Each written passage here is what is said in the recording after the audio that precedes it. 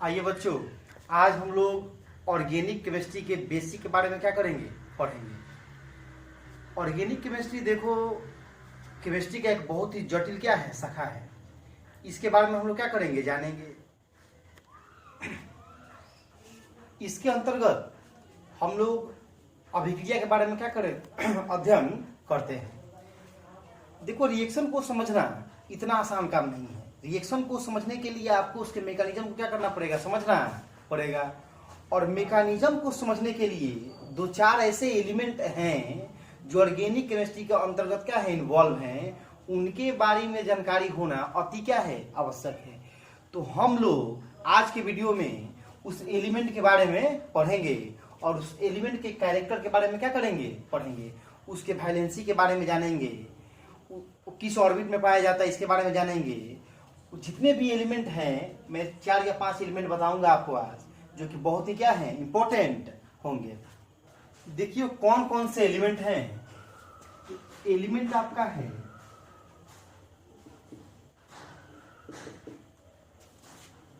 Carbon है, hydrogen है, nitrogen है, ऑक्सीजन है, और ये एक्स हम लोग बोलते हैं हाइड्रोजन समूह को।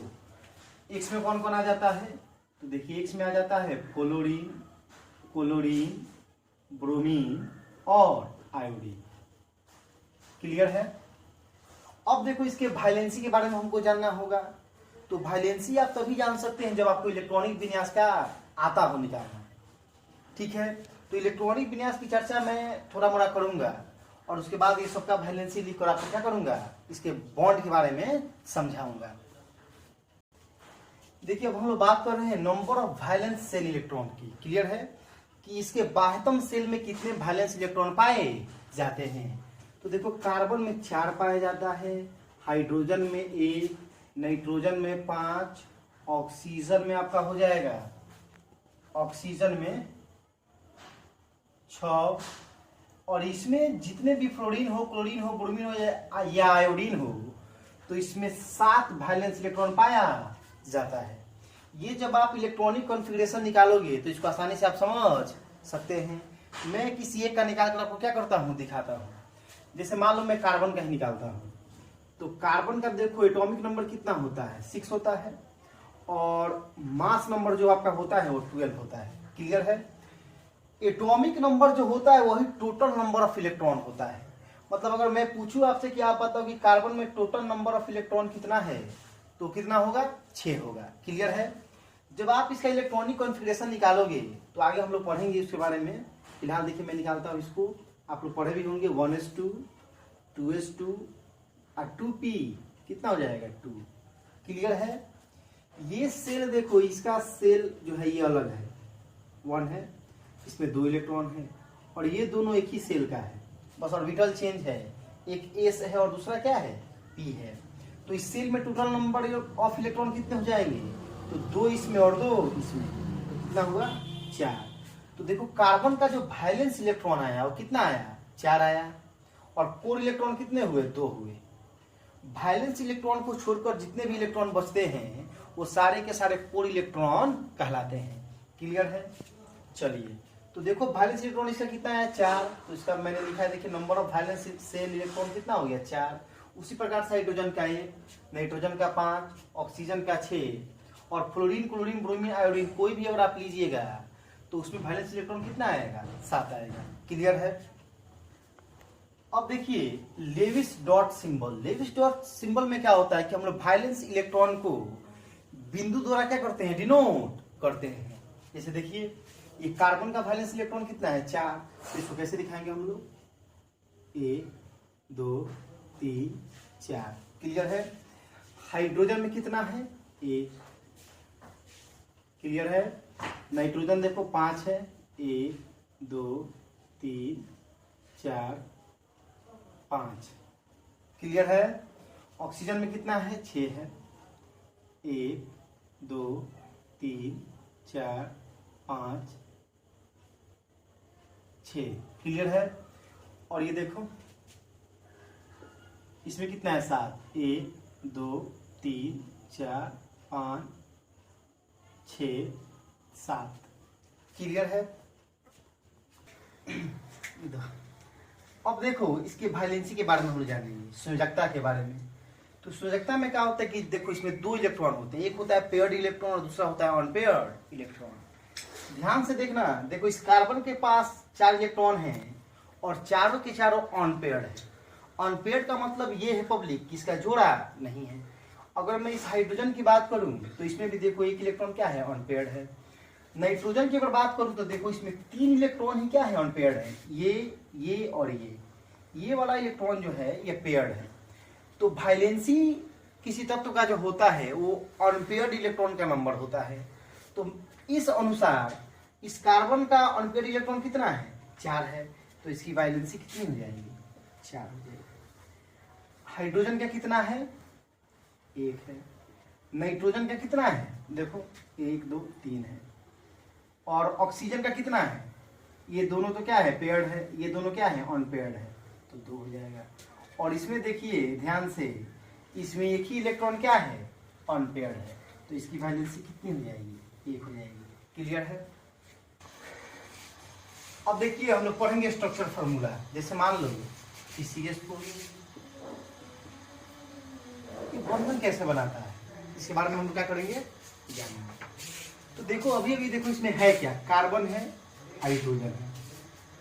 मैं लिखता हूँ यहाँ कार्बन हाइड्रोजन।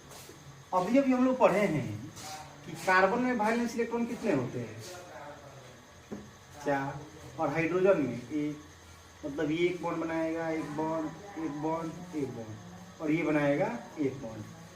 क्लियर है। किस प्रकार से, जरा देखिएगा यहाँ, ये कार्बन है आपका,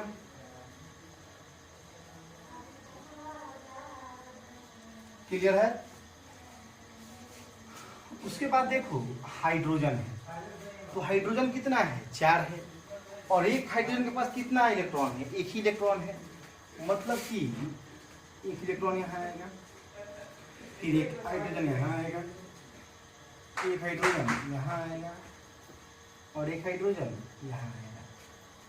क्लियर है। और ये बंधन बन जाएगा, देखो आप, एक ऐसे एक ऐसे एक ऐसे और एक ऐसे। कुछ लोग इसी को ऐसे मिला कर दिखाते हैं, ठीक है, ऐसे करके। मैंने इसको मिलाया नहीं है, सिंपल इसमें क्या किया गया है, बंधन आपको दिखाया गया है। क्लियर है। अब देखना इधर, ये इसका हो गया स्ट्रक्चरल फॉर्मूला। क्लियर है। यहाँ पे देखिए एक निष्कर्ष ये निकल रहा है पब्लिक कि किसी भी बंधन में, जैसे मान लो ये एक बंधन है ऐसे, इसमें कितने इलेक्ट्रॉन भाग लिए हैं, 2 इलेक्ट्रॉन। देखो एक कार्बन का इलेक्ट्रॉन और एक हाइड्रोजन का इलेक्ट्रॉन, मतलब एक बॉन्ड में 2 इलेक्ट्रॉन क्या करते हैं, भाग लेंगे। क्लियर है। इसी प्रकार से और भी कुछ फॉर्मूला हम लोग देखते हैं। जैसे देखो यहाँ C2H6। अब इसका स्ट्रक्चर फॉर्मूला हमको बनाना है, सिंपल है। कार्बन कार्बन 2 कार्बन है, इसका दिखाओ 4 इलेक्ट्रॉन, इसका भी दिखाइए 4 इलेक्ट्रॉन। क्लियर है। अब 6 हाइड्रोजन है, तो एक के पास 3 होगा और एक के पास 3 होगा।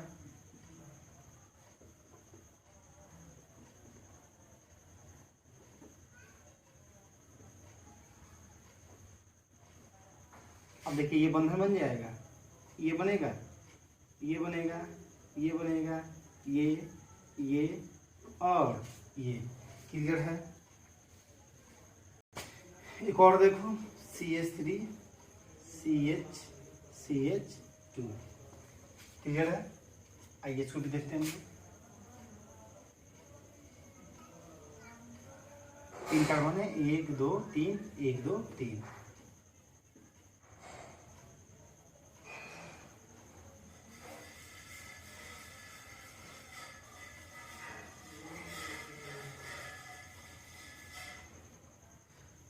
देखिए मैंने 2 इलेक्ट्रॉन यहीं पे दिखा दिया है, क्योंकि देखिए इसके पास एक ही हाइड्रोजन है। एक हाइड्रोजन तो इधर से शेयर हो जाएगा, इसके साथ कंबाइन हो जाएगा। अब देखो इसके पास कितना हाइड्रोजन है, 3, तो 3 दिखा दीजिए आप।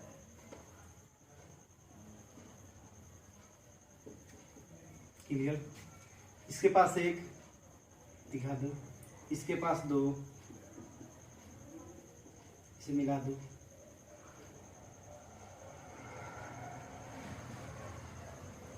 अब ध्यान देना, कार्बन 4 बॉन्ड बनाता है, क्लियर है। लेकिन इस कार्बन को देखिए, मान लो कि ये बॉन्ड तो बन गया यहाँ एक, इस कार्बन को तो 1 2 3 3 ही बंधन बनाया है। अगर मैं इस कार्बन की बात करूं, इस कार्बन की, तो 1 2 3 ये भी 3 ही बंधन बनाया है।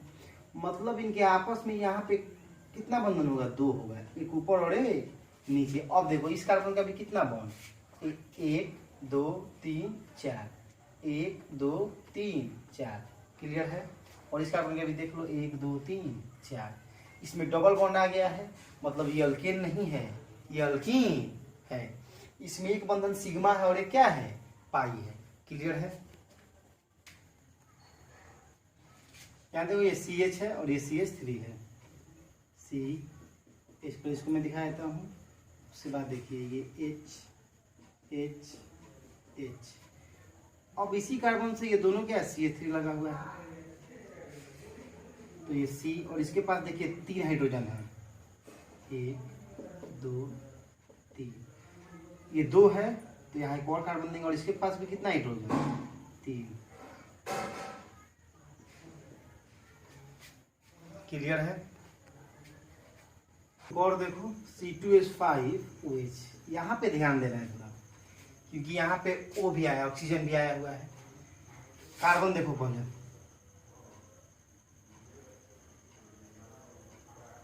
2 है,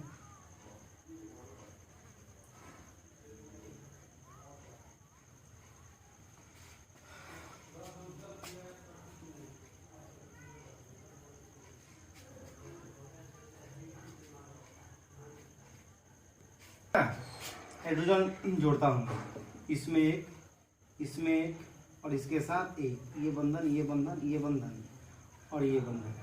उसके बाद H यहाँ पे भी आएगा, H यहाँ पे भी आएगा, इसके भी साथ एक जुटेगा, क्लियर है।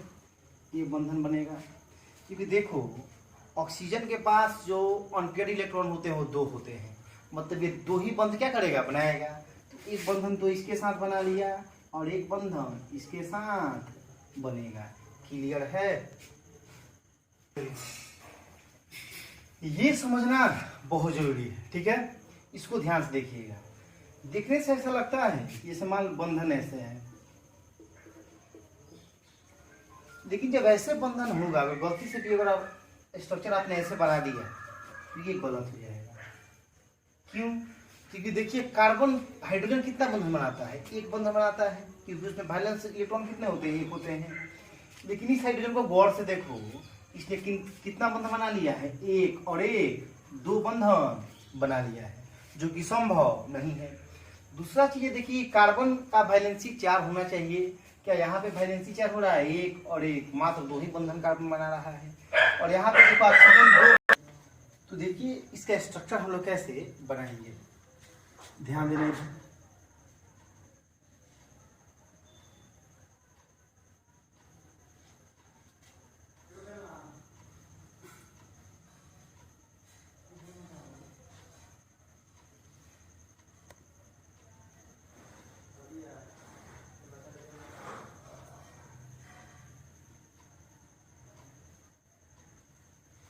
देखना, एक बंधन ये और एक बंधन ये।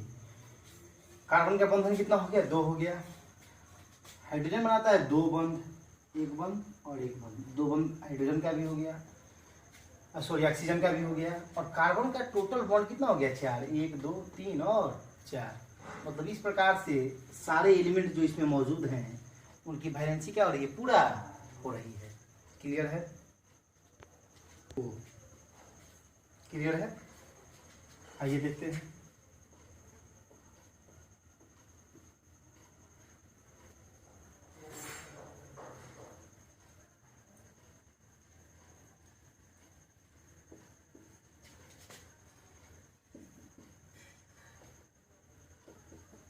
एक बंधन, एक बंधन, एक और ये एक हो जाएगा, ये क्लियर है। अब आप लोग बना सकते हैं। तो आपके लिए होमवर्क है, देखिए आपको बनाना है। एक इसका बनाइएगा स्ट्रक्चर, दूसरा आप बनाना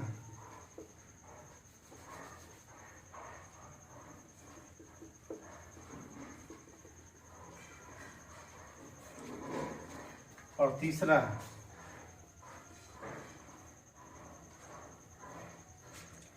क्लियर है। देखिए जितना इसको आप प्रैक्टिस कीजिएगा आपके लिए उतना ही क्या रहेगा, फायदेमंद रहेगा। क्लियर है, क्योंकि देखो जितना तुम प्रैक्टिस करोगे तो दो चीज क्लियर आपका होते जाएगा। पहला कि बॉन्ड का फॉर्मेशन एलिमेंट के बीच में कैसे होता है, और दूसरी इस चीज की बढ़िया जानकारी आपको होते जाएगी कि हम लोग वाइलेंसी, जब कोई मान लो कि मोलिकुलर फार्मूला हमको दिया हुआ है तो उसका स्ट्रक्चर फार्मूला हम लोग कैसे लिखेंगे और उसकी वाइलेंसी किस प्रकार से हम लोग क्या करेंगे, पूरा करेंगे। क्लियर है, तो इसको बारीकी से आप क्या कीजिएगा, बनाइएगा और मोर प्रैक्टिस, जितना प्रैक्टिस आप कर सकते हो उतना करो इस पर, स्ट्रक्चरल फार्मूला पर। क्योंकि देखो ऑर्गेनिक समझना डिफिकल्ट जरूर है, लेकिन अगर आप लगातार प्रयास कीजिएगा, मेहनत कीजिएगा, तो मेरा ये दावा है कि आपको 100% ऑर्गेनिक आएगा। क्लियर है, क्योंकि देखो जनरली होता क्या है कि मैंने देखा है कि यहाँ पे जितने भी लगभग टीचर क्या करते हैं कि रिएक्शन को बुक से क्या कर देते हैं, लिखवा देते हैं, लड़के डर जाते हैं। वैसे मेरे भाई ऑर्गेनिक नहीं पढ़ा जाता है। अगर आप ऑर्गेनिक पढ़ते हैं तो आपको मैकेनिज्म आना चाहिए, और आपको बताएगा कि रिएक्शन कैसे होता है। मैकेनिज्म होता क्या है, तो मैकेनिज्म पाथवे को बताता है कि रिएक्शन होता कैसे है, रिएक्शन किस पाथवे से क्या हो रहा है, समकोण हो रहा है। तो अगर आप रिएक्शन के पाथवे के बारे में जानिएगा, जिसमें SN1 आता है, SN2 आता है, वो आगे चल के हम लोग पढ़ेंगे। क्लियर है, तो आपको ऑर्गेनिक 100% आएगा और बेहतर से बेहतर तरीके से आएगा, आपको रटने की जरूरत नहीं पड़ेगी। क्लियर है, चलिए।